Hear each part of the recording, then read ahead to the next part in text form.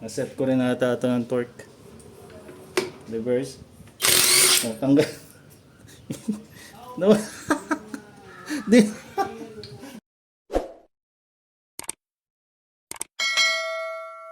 Yun, may bago tayong laruan. Ano to? Tanzu. Tanzu na impact wrench. Meron tayong impact wrench dati yung makita. Kaya nasa na ba yun? Ito yung dati natin na-upload. Marami na nakuha ang views to, pero peki ito.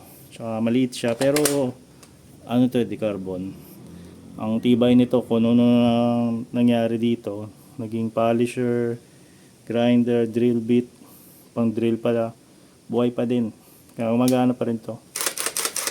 Pero mahina na siya, parang hindi na makabaklas ng wheel nut. So ito yung Tanzu. Nakatatlong attempt ako nito, sa pangatlo dun lang gumana. Shopee na flash. Yung Lazada ko na Lex, puro na-scam ako. Kasi yung nakalagay sa waybill, halatang power tools, pakita ko sa inyo. Ito yung sa Tanzu na galing Shopee. Ayan yung nakalagay. Ewan ko, nababasa nyo, Marites lang. Tapos yung kung saan compound galing. Dun sa Lazada, Tanzu Power Tools. Kaya madaming binubuksan nila. Ewan ko kung ma-upload ko yung raw video ko nung unboxing ko. Kitang kita ron na binuksan. Ito kasi meron silang ganito eh. Meron silang tape na Tanzu tape. Pag nakita mo talagang tinungkab na yan, wala na yun. Iba na laman. Yun nga nangyari sa akin. Kaso parang binuksan. Daming tape. Dito wala oh. Tapos dito ang daming tape, sira pa. Kaya binuksan to. Tsaka ang gaang na eh. Baka mabuti. Dito mamakaan. Asan na yung ko?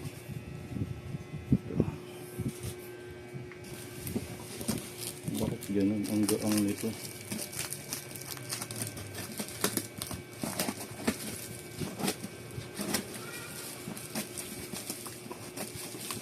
Binuksan.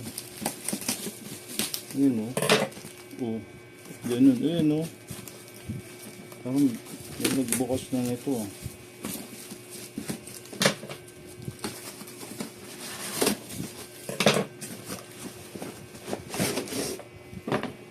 Bakit black?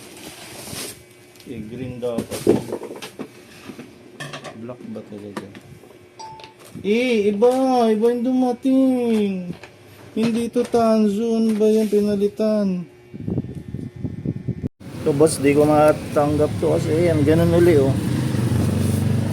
Parang nabitak tapos magang siya, hindi yung tulad ng sinasamong 4.5. So ito, yan. Lang, pakita ko sa inyo kung yung laman tapos kung gaano siya kabigat. Gaano siya kabigat, tsaka short na field test. Gawa tayong short field test. Ito itsura niya.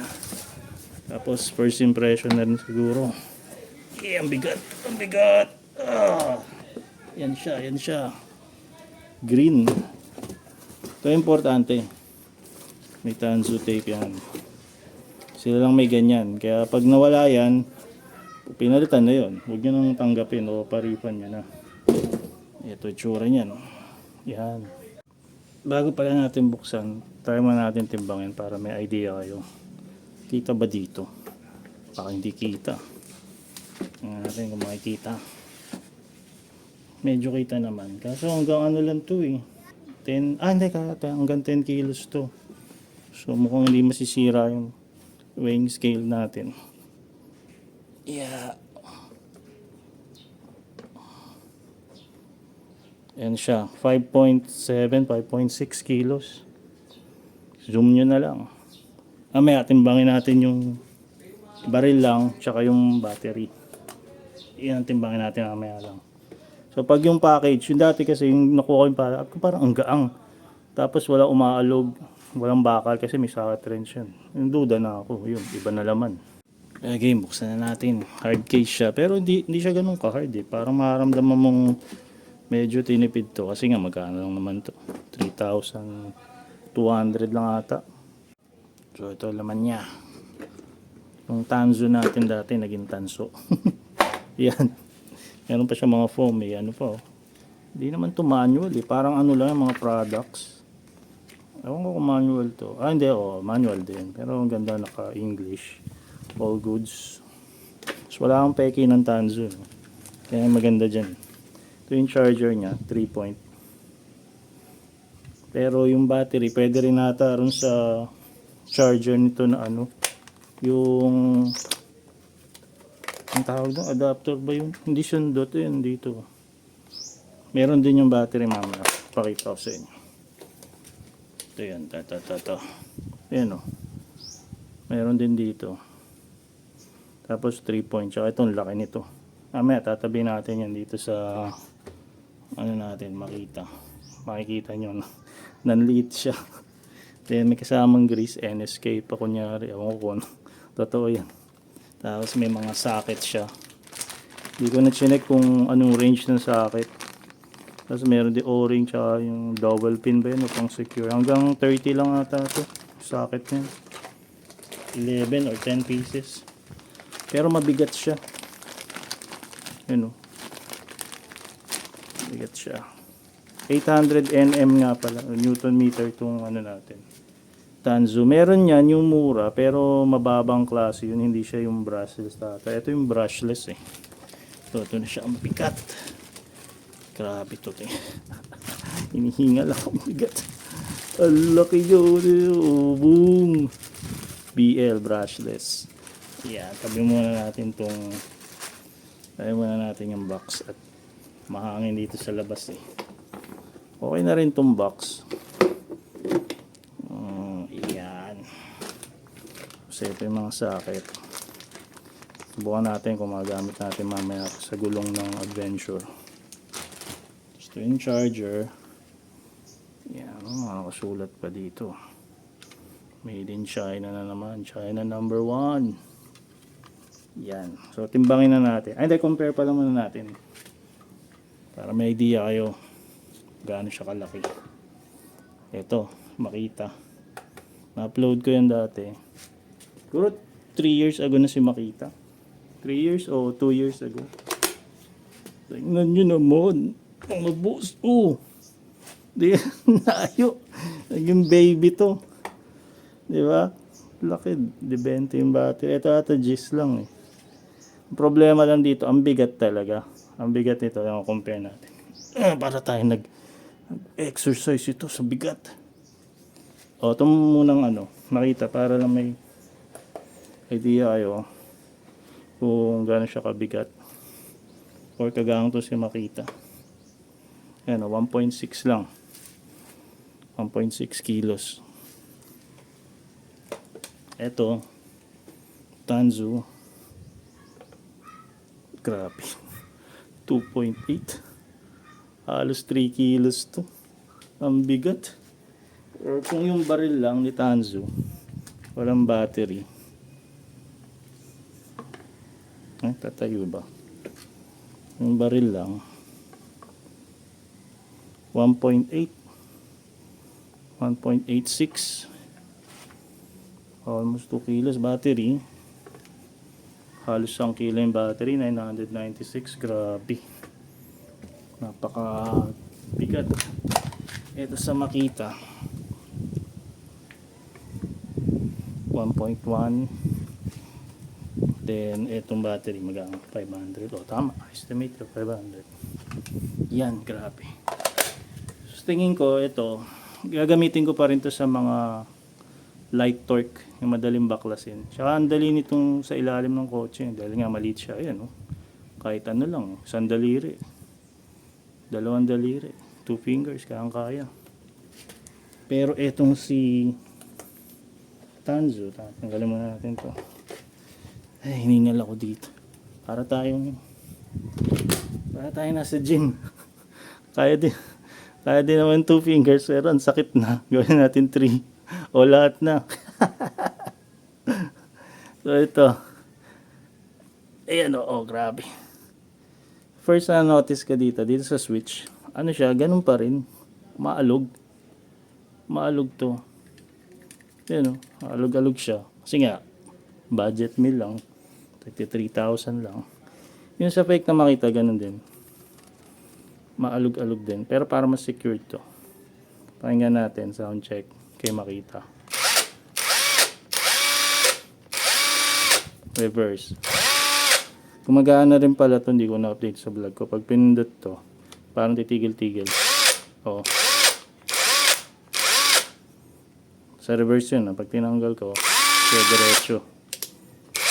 Baka may epekto rin to yun, lumalakas. Ay, oo, nag-iinina. Oo nga. Kasi sabi ko dati, parang baliwala to. Parang hindi gumagana. Gumagana naman pala. So, dito sa Tansu, ganun din ata. Pa natin. Grabe ang hina. Ang lakas. 3-step to si Tansu. 3 yung ilaw. Hindi lang siya makita. Ito naman, pangalawa. Uy, namatay. Pangalawa, yan. Pangalawa. Pangatlo. Tapos, try natin yung reverse. Yan yung tumitigil. Pag pinindot ko to, dire-diretso siya. Pindutin natin, titigil yan. O, diba? Ito, dire-diretso reverse. So, dito sa forward, tighter. Ito ata yung pinakamahina, yan. Then, medium. Then, hard. Oo, nagbabago yung tunog. So, set natin to sa lowest mamaya. Paglabanin natin yan. Yun ang mga napansin ko dito. Talaga yung weight niya. Hiningal ako. Kapag gagamitin ko to sa ilalim sa sakya, mukhang mahirapan tayo. Dahil sobrang bigat. Tapos, ano to? Anong tawag dyan? Embossed. Hindi siya engrave. Engrave, nakabound embossed. Tapos dito, sticker lang. Yung sa iba kasi, pure na sticker. Ito sa makita. Sticker lang talaga yan. Tatanggal na nga. Tapos to, 3 yung LED. 3 pala LED nito. Yun dito isa lang. Isa lang to. Diba? Grabe yung battery. Battery nagpabigat 20 pieces. Ito ata sa isa, ano lang. 10. Then, syempre, brushless. Yan, brushless. Pero ako parang ayoko ng brushless kasi pag nasira yon, rekta motor yung sira, papalitan mo Pag ito, carbon brush lang. So, ewan ko. Sana tumagal tong Tansu. Ito kasing makita, tagal na sa akin yun. Yan mga boss. So, na-testing ko na to sa, bakit parang may crack agad? Yun. Hindi ko pa naman nabagsak to. Na-testing ko na to sa EG. Nagbabaklas ako ng trailing arm. So, next time, pag napanood yun, pag na-upload ko, makita nyo yun. Ginamit ko to, grabe. Pinitik lang yung mga hindi ko matanggal. So, hindi ko alam kailang ma-upload yun sa trailing arm na EG. Matagal pa siguro. So, yan. Yan lang mga napansin ko dito kay Tansu. Ayan, parang may maalog din siya. Yun Ganun din naman dito kayo makita. Siguro lahat ganun. Ito, mas malakas nga Tapos, ginagrasahan pala to. Ilang taon na to, hindi ko pa nabubuksan. And, pag hahawakan nyo to, mas secure dito, parang may rubber. Parang mas quality talaga to. Siguro subukan natin to mamaya. So, yun lang naman napansin ko dito. Honest feedback. First impression. Tapos ito, pakita pala sa inyo. Parehas to. Tatanggalin ko yung battery. Diba umiilaw yan? Yan. Tanggalin ko yung battery. Antayin mo natin yung ilaw mawala. Antayin natin. Yan, wala na. So, walang battery. Tingnan nyo yung ilaw. Uy! Ba't wala? Dati meron yan Isa pa. At tuwing tinapatay ko yan, tinatanggal ko, laging may ilaw pa yan. O kailangan patagalin. Hanggang natin dito. Natin. Ayaw na. Ito sigurado ko meron dito. Minsan kasi yan meron pa. Kahit nakatanggal na yung battery. Kasi nga may capacitor siya. Tanggalin ko to Ayan, ito sa inyo. Diba? Umikot ba nga? Ayun. Ibig sabihin, mas malaking capacitor daw nito, sabi nung friend ko na electrician. So kahit tanggal na yung battery, may naiiwan na reserve power. Mas maganda daw i-drain yun para sure na safe sila discharge nang walang battery. Yan. So siguro subukan natin to sa meron akong torque wrench. Kasi na yan. Wrench. Ito si Flyman. Gamitin natin to. Set natin siguro 120 sa gulong ng Adventure. Tornilyo. Tapos babaklasin ni Tanzu tsaka ni Makita. Ito sure ako hindi niya na kaya yan kasi matanda na yung battery niyan. Tsaka yung dati hirap na hirap siya. Ibang socket pa yung ginamit ko. Ito sure ako saglit lang yan. Set natin to sa lowest. Set natin to sa hard. So ito yung torque wrench. Set natin sa 100 something. Hindi ko mapasa eh.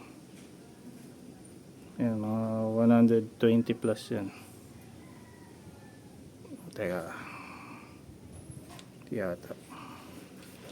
Ito. 1, hindi ko mabasa mga chunks. 112. Mga 112 yan. Basta 100 plus yan. So hindi ko nadala yung salamin ko. So ipitan muna natin yung gulong na Adventure. Okay, set muna natin yung yung torque nito. 112 ata. Ito. Yan. Bila. Goods. Then subukan natin dito sa wala pala yung socket. Ito pala. Kunin ko pa pala dito. Kala ko wala. Nagandaan din pala ako sa socket ito. Ang bigat. Siguro mamaya pakita ko na lang sa inyo yung mga sizes. Unahin natin si Makita. Dito sa kanan. Game. Nakaano to continuous So mas malakas.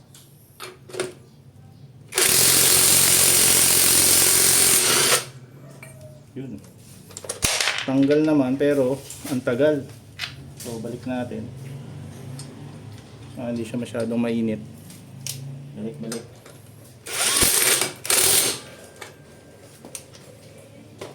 Ayan, subukan natin to si Tansok. Nakaano siya, soft, yung tumitigil na reverse pantanggal. Teka, ba't tayo tumigil? Dapat yung tumitigil. Yan, tumitigil, diba? Nakatayan yung daliri ko, pindutin ko. Hindi siya dire-diretso. So, mas mahina dapat to. Balik natin. Dito tayo sa kaliwa. Bira. Tanggal agad. Tanggal agad. Balik na natin. Kaso nakakatakot ito pang higpit. Baka mabilog tanggalin ulit natin dito sa ito naman sa taas. Naset ko rin nata ito ng torque. Reverse. Tanggal. No. Sorry. Natawa lang talaga. Tanggal agad. Baliktad pa kabit ko. Tanggal agad. Sobrang lakas ito. Legit. Paano pa yung 1,000 ito? May 1,000 Nm na nito Grabe, pitikin na lang natin. Grabe, nakakatakot. Ganun siya katindi mga boss. Ano pa yan, yung mahina pa yan, yung tumitigil-tigil. Paano kung lakasan ko? Baka masira yung tornilyo. May nabasa ako, napuputol daw, nabibilog yung tornilyo. So, pakita ko sa inyo mga weight ng socket, tsaka yung range. Kaya balik ko lang yung torque nito. Baka kumalas pag ginamit. So, natuwa ako dito sa socket set na kasama libre. Kasi ang bigat niya. Although kulang, 10 pieces lang to, lalayo ng number. Pero ang bigat niya, mamaya compare natin. Meron dun 70 na yun sa dulo. So, ito 12. CR mo daw. Alam mo kung CR mo, chromoly. Mukhang charot lang. Parang dito to. 14. So, 12, 14, 17, 18, So, sunod-sunod 18, 19, ayan. Then 20, tapos 21, pabigat ng pabigat. Ito yung pinambaklas natin sa adventure. Then 22, ang bigat na. Ito gumaang. 24, pero mabigat pa rin ito. 30, kaya walang 32, no? Yan. So ito, 17, ipakita ko sa inyo. Ito yung sa ordinary na bibili sa online. Ano, 17 din siya. Manipis. Magaangga. Pero mabigat na rin to. Pero ito, nagulat ako dito. Ayan, 17 din. Mas makapal. At ang bigat, grabe. Pag binato mo to sa ulo mo, tulog yung tatamaan eh. Ito, compare natin yung weight. Yeah. Kita naman eh. Ito yung ordinary 17. 104. 103, 104. Ito yung kasama kay Tanzu. 183. Grabe. Grabe. Tingnan, lapit natin para makita nyo. So yan, nilapit ko na talaga. Yan yung kay Tanzu. 183, 17 din yan. 17. 183 grams. Di ko alam kung weighted socket na to. Wala akong makitang ganun. Gusto ko yun, weighted socket. Ito 17 din. Mas gusto ko yun. Comment nyo naman kung sa meron dyan yung 103 grams. So yun lang. Yun lang mabilisan nating unbox tsaka testing, then honest feedback or first impression. Hindi pa perfect dito. Hindi pa siya ganun kaganda sa casing. Tsaka hindi dito parehas malaro. Pero sa feel nito, okay, all goods ako dito.